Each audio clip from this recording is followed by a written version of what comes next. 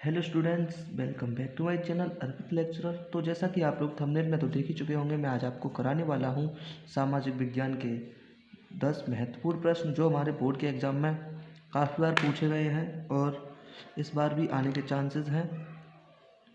तो देखिए, ये लिखा है मैंने 10 महत्वपूर्ण प्रश्न। तो बस आज हम ये 10 महत्वपूर्ण प्रश्न देखेंगे। अगर वीडियो पसंद आए लास्ट तक तो प्लीज़ वीडियो को लाइक और चैनल पर नए हो तो प्लीज़ चैनल को भी सब्सक्राइब कर लेना।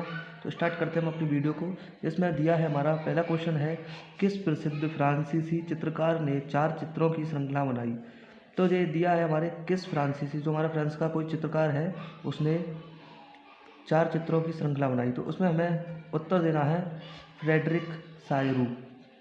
ठीक है।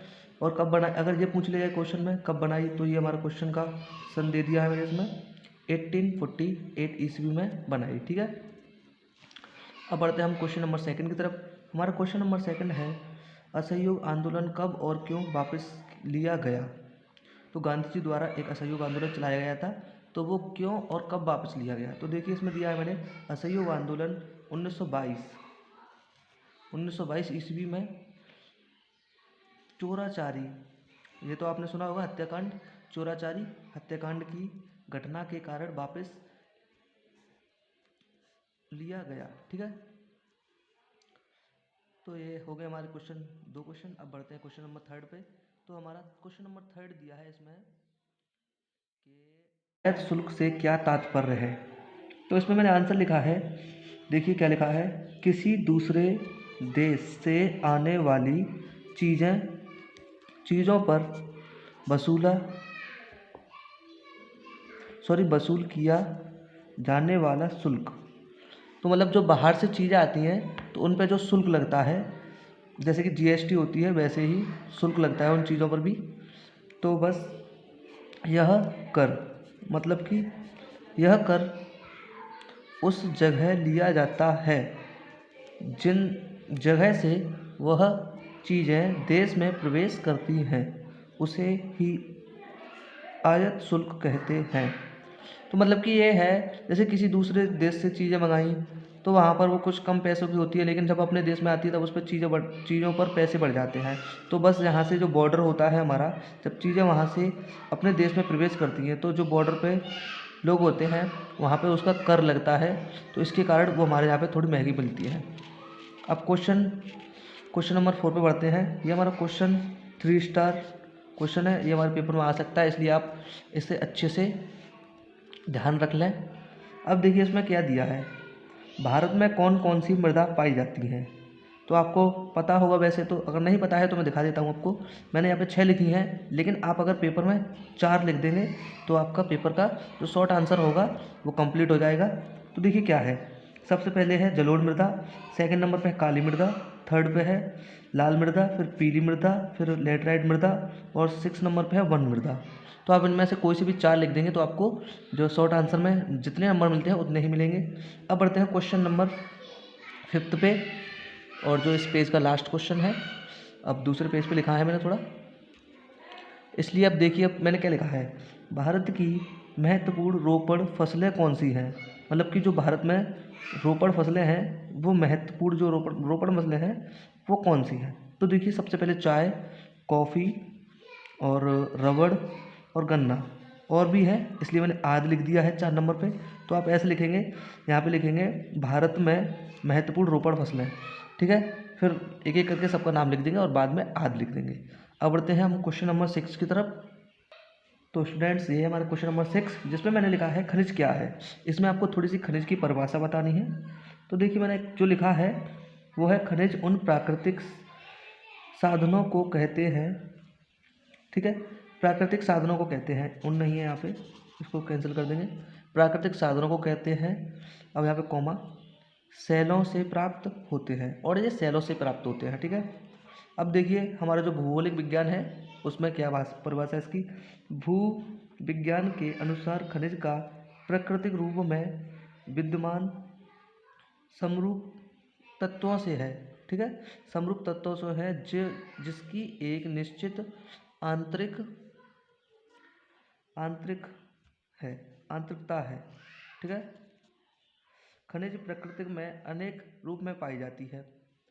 अब ये आपको लिखना है शुरू से लेकर एंड तक, तो इसमें लास्ट में ये जरूर लिखना है खनिज प्रकृति में अनेक रूपों में पाई जाती है। ठीक है, अब वो कैसे पाई जाती है, तो ये देखिए मैंने लिखा है जिसमें कठोर कौमा ठोस कौमा नरम चूना तक शामिल है। ठीक है, तो ये मैंने इसलिए हाइडर थोड़ा ग्रीन कलर के पेन से लिखा है, ये आपको याद करना है अच्छे से। तो अब देखिए हम देखते हैं अपना क्वेश्चन नंबर 7, संघीय शासन व्यवस्था के गठन का दूसरा तरीका क्या है। तो इसमें जो हमारे संघीय शासन है इसका दूसरा जो हमारा गठन है इसका दूसरा तरीका बताना है। तो देखिए मैंने क्या लिखा है इसके आंसर में, इसको हमने थोड़ा पॉइंट में लिखा है, तो पॉइंट हमारा नंबर है 1। इसमें हम लिखते हैं बड़े देश द्वारा अपनी आंतरिक विविधता को ध्यान में रखते हुए अपने राज्य का गठन करना। ठीक है, अब सेकंड जो इसका पॉइंट लिखा है वो लिखा है मैंने राज्य और राष्ट्रीय शासन के बीच सत्ता का बंटवारा कर देना। जो हमारा राज्य है और राष्ट्र है तो ये अलग अलग होते हैं, तो इसका जो सत्ता है इसको हम अलग अलग लिखेंगे, मतलब कि अलग अलग बांट देंगे। अब क्वेश्चन नंबर 8 पे चलते हैं। जो इसमें दिया है क्वेश्चन नंबर 8 हमारा है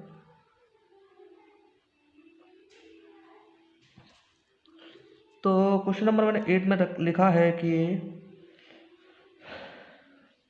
चुनौतियों का अर्थ क्या है। अब देखिए इसका आंसर हम देखते हैं। चुनौतियों का अर्थ है, फिर थोड़ा सा डैश लगा के लिखेंगे आगे, लोकतंत्र के मार्ग में आने वाली बाधाएं जिन्हें दूर किए बिना लोकतंत्र का विकास संभव नहीं है।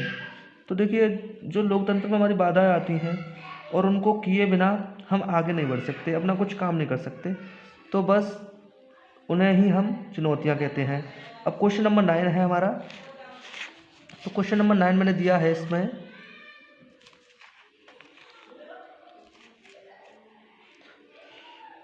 औसत आय का अर्थ लिखिए। तो इसमें हमें औसत आय का अर्थ लिखना है, तो हमारा औसत आय का जो अर्थ है तो इसमें क्या लिखा है, किसी देश की कुल आय को कुल जनसंख्या से भाग देने पर प्राप्त आय को औसत आय कहते हैं। ठीक है, तो ये तो हमारा हो गया क्वेश्चन नंबर 9। अब इसमें थोड़ा सा और देख लीजिए, अगर आपका औसत आय दिया हो, जैसे दिया हो औसत आय क्या है, या फिर दे दिया हो प्रति व्यक्ति आय क्या है, तो मतलब समझ जाइए हमें यही क्वेश्चन लिखना है जो हमारा औसत आय और प्रति व्यक्ति आय, तो इसका मतलब यही होता है। अगर हम क्वेश्चन में लिखना चाहें, जैसे कि यहाँ पे क्वेश्चन में अगर हम अपना जो आंसर है इसमें अगर हम लिखना चाहें कि इसे हम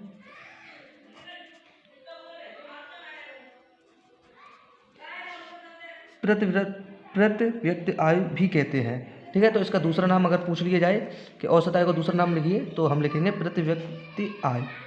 अब लास्ट क्वेश्चन देखते हैं इस वीडियो का, जो हमारा इम्पोर्टेंट क्वेश्चन है 3 स्टार। तो इसमें दिया है कॉपर कानून क्या है। जैसा कि मैंने आंसर में लिखा है इसके, सन 1986 ईस्वी में भारत द्वारा एक बड़ा कदम उठाया गया।